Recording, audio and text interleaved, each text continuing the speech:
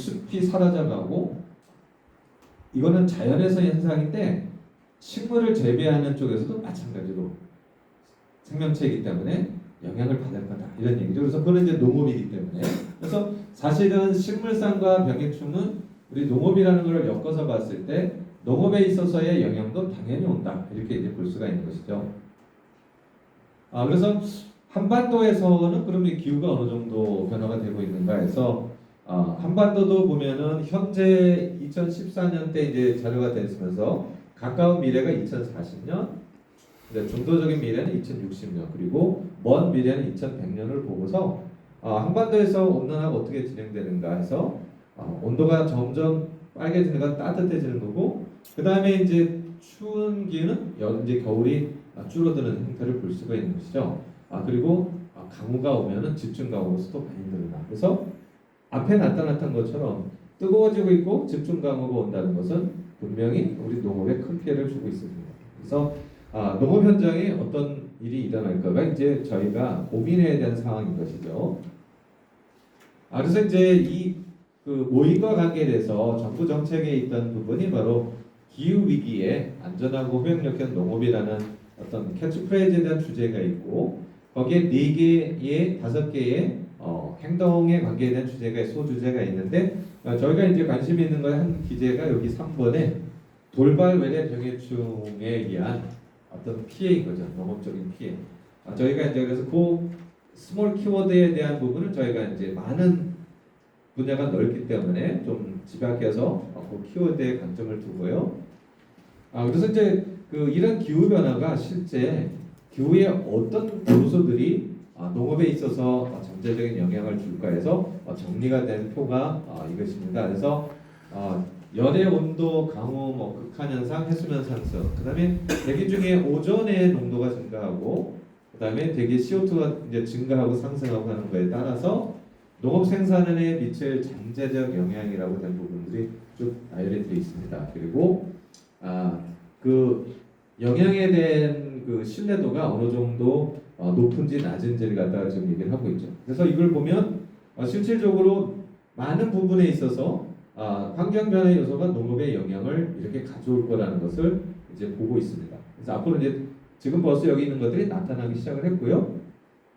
그 중에서 병해충에 대한 피해가 있는 부분을 제가 이제 비가 많이 오는 경우나 온도가 변하는 경우나 열해가 있는 경우에 대한 부분이 이미 지적을 하고 있고요. 그런데 위에 대기 중에 CO2 농도 증가에 따라서 오른쪽 보면 잡초에 대한 부분이 많이 나와 있고요.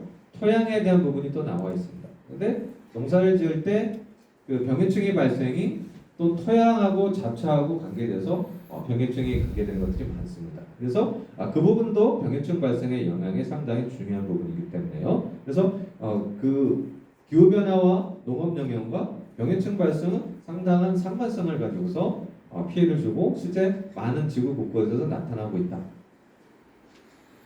그리고 이제 우리나라에서 아까 나왔던 키워드 중에 돌발 병해충이라는 거를 잡아서 2000년부터 2010년까지 해외에서 들어오는 농산물 수입량에 의해서 검출된 건수가 굉장히 증가하고 있고요.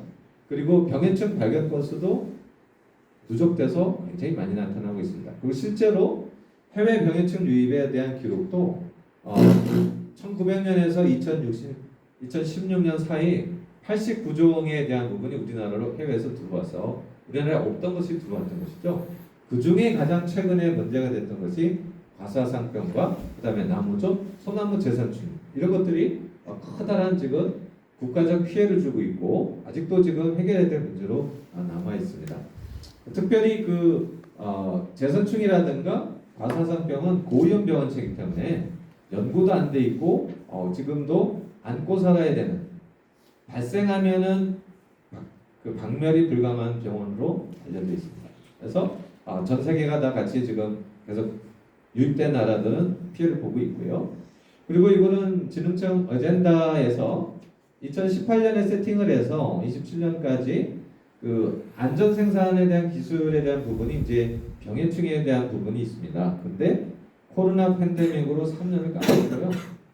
그 다음에 지금 또 올해부터 2, 3년간 정부의 이 전분적인 R&D에 대한 축소로 인해서 이 방향이 제대로 가지 못할 것으로 기대가 되고 있습니다. 실제적으로 저희 주제인 그 과사상병만 보더라도 지금 톱10 식물병 중에서 세균에 일어나는 병을 해외의 유명 학자들이 가장 중요하게 피해를 주는 경제적 피해를 주는 병의 톱 10개를 뽑아라 해서 2012년에 완성된 것 중에 7번째인 아밀로보라라고 하는 것이 과사상병 세균인데요.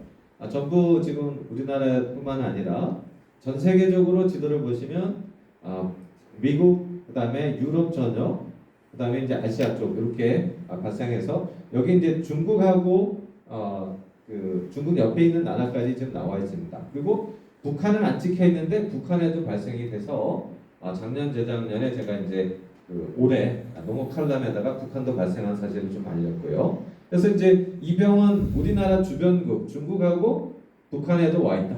그래서 요즘에 사과가 비싸다고 북한에서 수입하자는 뭐 일부 사람들도 얘기가 있는데 어림없는 얘기입니다. 그래서 그런 상황이고 한국에서는 15년 처음 보고 완성 천안 제천 보고된 이래 작년 말까지 지금 밑에 무주 안동까지 다 내려갔습니다. 그러니까 이것이 주는 메시지는 무주까지 갔으면 거기 장수 사과 단지고 또 조금 가면은 전라도 들어가면 이제 배 주산 단지가 나중에 있고 그다음에 경상도 쪽은 원래 우리나라의 사과 주산 단지인 대구 영역으로 벌써 그 밑에까지 가 있어서 주산지가 이제 감염이 되면 이 피해는 걷잡을 수 없이 가기 때문에 가장 지금 그 조심을 하고 있는 단계가 되겠죠. 그 화상병에 잘 알려져 있는 생활사입니다. 뭐 봄이면 이제 꽃피니까 꿀벌이나 다른 곤충에 의해 가지고 병을 퍼뜨리는 사이클로 가고 있는데 메시지는 박멸이 불가하다는 겁니다. 그리고 약이 없어서 치유약이 없어서 100여 년 동안 아직도 골치를 앓고 있다는 거고 매년 새로운 약제 방제들이 전 세계적으로 개발 연구를 하고 있고요. 그리고 이제 제가 주는 메시지는 안고 살아야 된다라는 표현을 써놨습니다. 그래서 병 발생하는데 과실을 어느 정도 따면서 크게 남과 죽지 않게끔 과언을 잘 관리를 해서 경제적으로 살아야 되는데 이제 문제 이슈는 우리나라가 수출국이 되기 위해서는 그 관리를 굉장히 잘해야 되는 부분이 있습니다. 그래서 수출 단지에서는 절대로 병이 발생하지 않아야 되기 때문에 그래서 정책적으로 수출하지 않는 것과 수출하는 것을 잘 관리를 해서 가져가서 해외에 대한민국이라는 나라가 병을 좀 기막히게 관리를 하고 있다. 이거가 좀 선전이 잘 돼야 우리가 먹고 사는데 좀 문제가 없지 않을까 생각합니다. 그래서 지금 고위험병원체이기 때문에 우리는 고위험병원 정책이 동물 보면 조류독감이나 구제역이나 요즘 아프리카 열병, 돼지 열병 이런 것들이죠. 다 묻게 돼 있습니다. 매몰 처분하게 돼 있고요. 그리고 화상병도 그에 따라서 다 묻었습니다. 매몰을 했어요. 그리고 5년간 금지. 그러다가 이제 좀 풀려서 3년, 그다음에 이제 조금 풀려서 2년 이렇게 왔습니다. 그리고 나서 이제 문제는 지금 묻어놨는데 과연 토양이 안전하냐? 이 문제가 풀리지 않았었다가 이제 제가 이게 발굴해가지고 요즘 파묘처럼 파가지고 그 병원견 조사를 했더니 서바이벌하지 않았기 때문에 상당히 안전하다 그래서 3년에서 2년까지 그 데이터를 보고 떨어뜨린 겁니다. 그래서 좀 더 1년까지 좀 떨어뜨릴 수 있는 데이터가 있으면 좋을 텐데 펀드가 끊겨가지고 지금 올해 조사를 못 하고 있고요. 그래서 이제 뭐 도에서라도 좀 시도를 해보면 좀 좋을 것 같고요.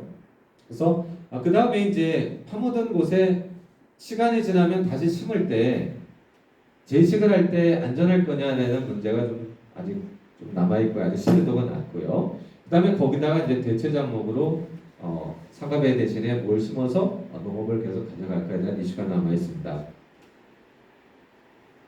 그리고 나서 정부의 정책이 좀